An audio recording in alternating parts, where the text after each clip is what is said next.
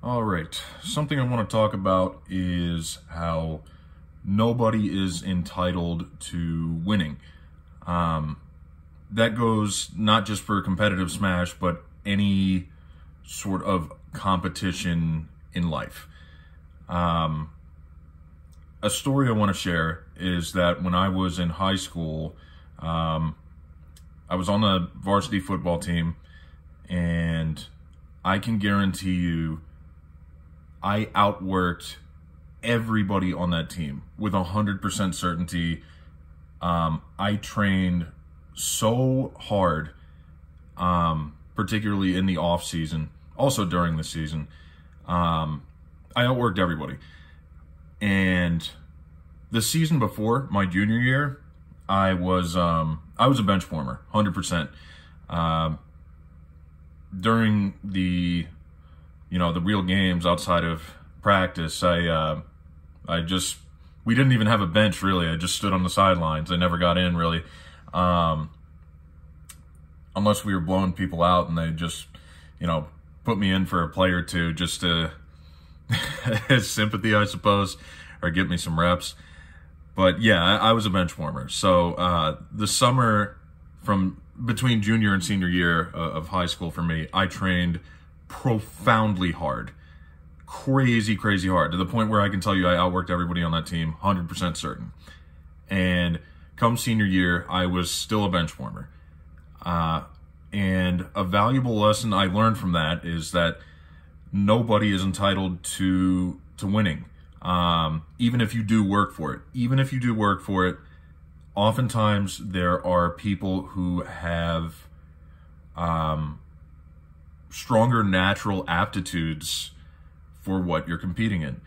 The guys, my teammates were still bigger, faster, stronger, and overall much better at the game, and they deserved to be starters over I did.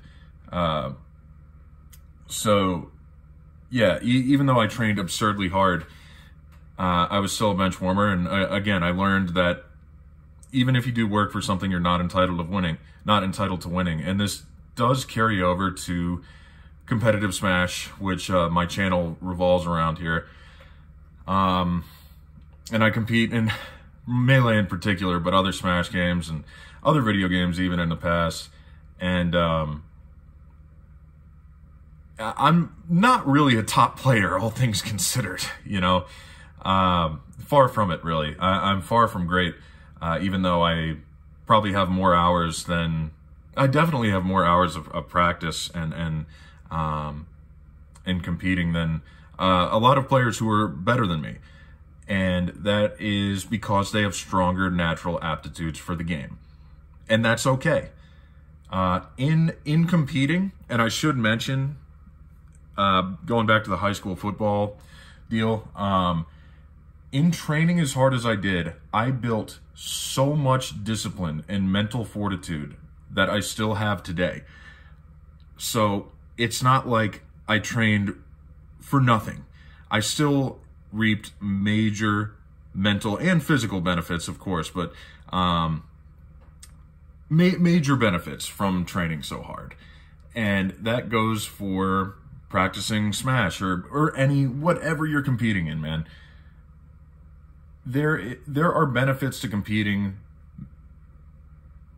sometimes physically, but especially mentally, in terms of fortitude, discipline, etc., that are very valuable, that you get just from competing.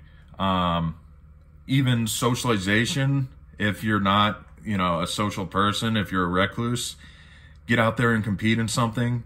Get on a team. The camaraderie that you'll build can be very strong and very fulfilling. So, to summarize, I'll try to be succinct about it. Nobody's entitled to winning, even if they do practice or train very hard. There are people who are naturally going to be better than you. But it is still certainly beneficial to train hard in whatever you're trying to get better at. Discipline, fortitude, etc. Those are very valuable things that you will build from training in whatever you're trying to compete in, get better at. And even top players are not entitled to winning. Even if you're the best and you've trained to be the best, there are going to be days where people outplay you. You know, the best players in the world in whatever game or sport or whatever it is, they still lose. Nobody is entitled to winning. Yeah, that's it. I just wanted to share that with everybody. If, you know, people get frustrated when they lose, kick the sense of entitlement. Just practice, get better. You'll build fortitude, discipline, etc. That's what it's all about.